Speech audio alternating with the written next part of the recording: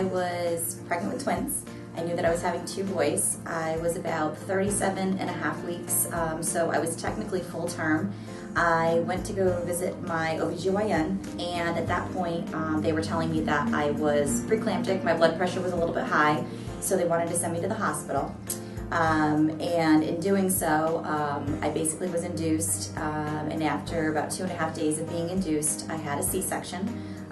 So I gave birth to my boys. They actually have different birthdays, which we think is really cool. One was born at 11:59 on October 27th, and the other one was born at midnight on October 28th. I was in the hospital for about 5 days to recover from the C-section, and right before I was discharged, I was having a little bit of trouble breathing. They did some chest x-rays. They said that there was some fluid in my lungs, but it was nothing to be concerned about because basically I had been pumped full of fluid for a number of days with being induced. I was then discharged and I was sent home. That entire night was completely grueling for me. I was having a lot of trouble breathing. I felt very fatigued. I couldn't walk from one end of the room to the other without feeling like I was almost going to collapse. I had to sit down. And I didn't know what I was supposed to feel like because this was my first pregnancy, my first childbirth. So I wasn't sure if this was something that was normal, but I knew myself and I knew that I just didn't feel normal. I knew that I wouldn't feel 100%, so we called the doctor the next day. We kept saying that I just wasn't feeling right, and basically by the end of the day, I was really having a lot of trouble breathing. I was really concerned because I couldn't eat anything, I couldn't walk, I could barely speak, I couldn't lay down.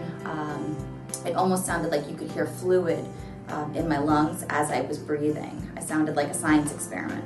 So my husband called the doctor again. They said to get me to the emergency room, so he drove me to Yale, and basically I was taken in right away, and that is really my last memory of everything.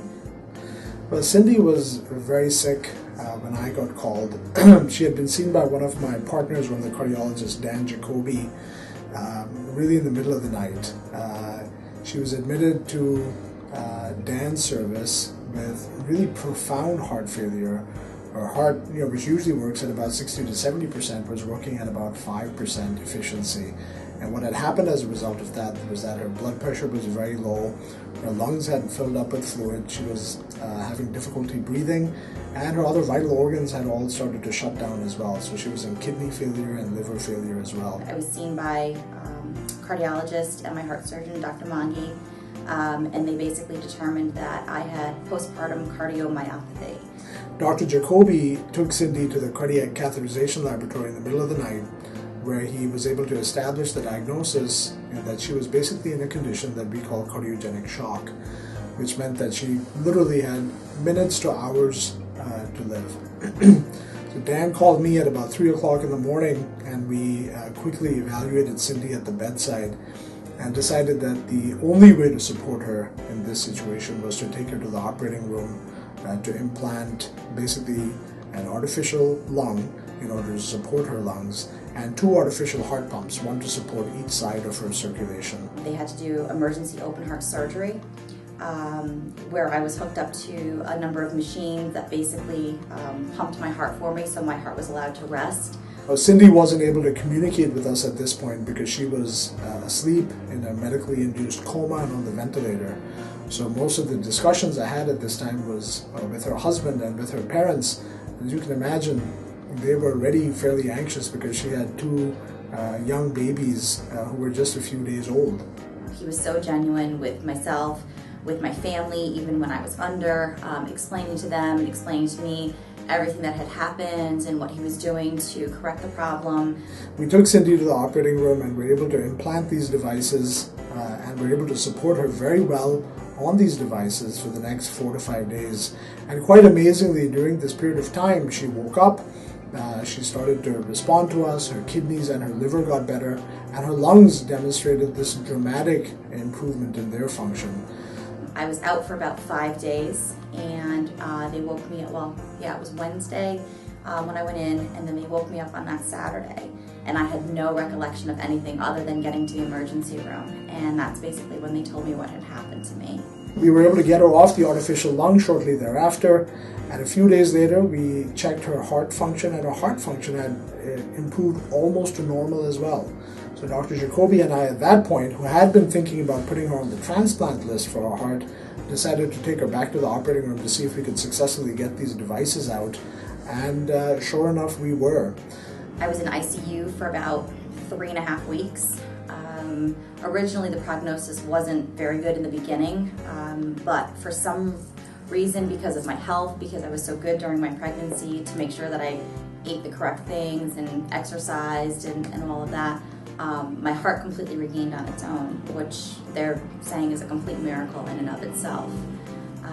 They were originally telling my husband that I might be in the hospital for 8 months to a year, and I looked at them and I said, there's no way I'm staying here. I'm leaving, I'm going home, I have babies that I have to take care of, and I was out of there in about 3.5 weeks to go home.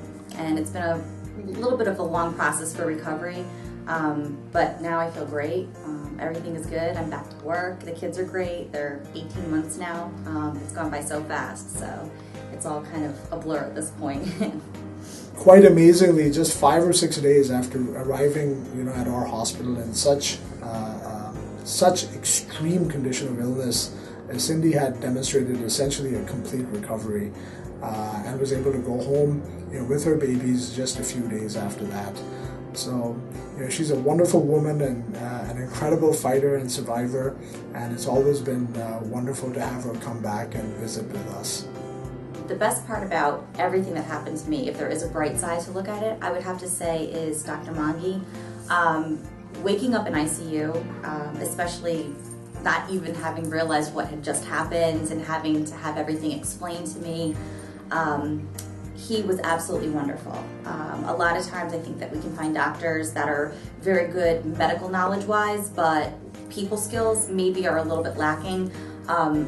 He's not that at all. He's a very generous, warm-hearted person who generally cares about his patients. He was just very encouraging and would just, kind of like pat my shoulder and tell me that everything was going to be okay, and I really had to believe that everything was going to be okay because I really just felt 100% comfortable working with him.